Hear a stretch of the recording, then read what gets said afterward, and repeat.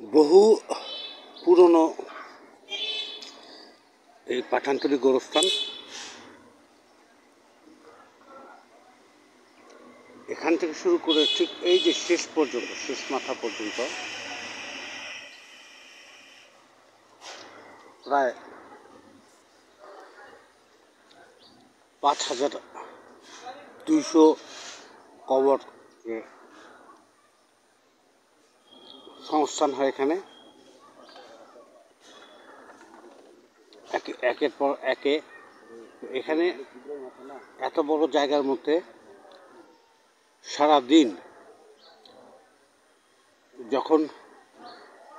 সারাদিন ব্যাপী যখন জিন জিন্নাতিরা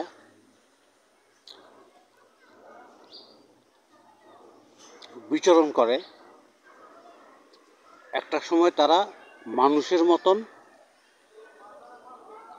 কবরে এবং আমলদার কবরের স্থান খুঁজে ওখানে তারা জেনা করে। তো এখানে একাধারে অনারেবল খ্রিস্টান, অনারেবল বুদ্ধিস্ট, অনারেবল মুসলিম এবং অনারেবল হিন্দুইস্ট যে চিরস্থায়িত হওয়ার জায়গা।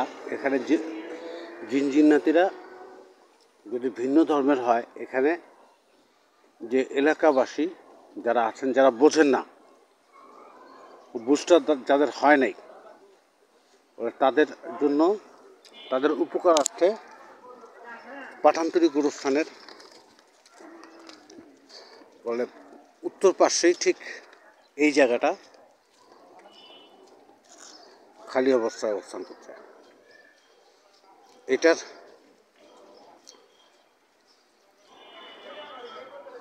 সিএস পর্চা, আরএস পর্চা এবং সবার প্রথমে এসএস পর্চা এবং মৌজা এবং দাগ নম্বর দেখে, জমির ধরন দেখে ঠিক পাঠানতলী এই যে আলী আহমেদ চুনকা ঈদগাহ ময়দানের পাশে এই যে এই জায়গার অবস্থান।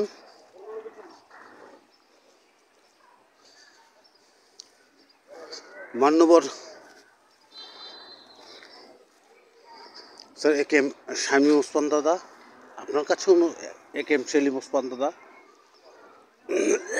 মান্যবর জেলা প্রশাসক মহোদয় এবং পুলিশ সুপার মহোদয়, আপনার কাছে অনুরোধ থাকবে যে এই যে গোরস্থান এবং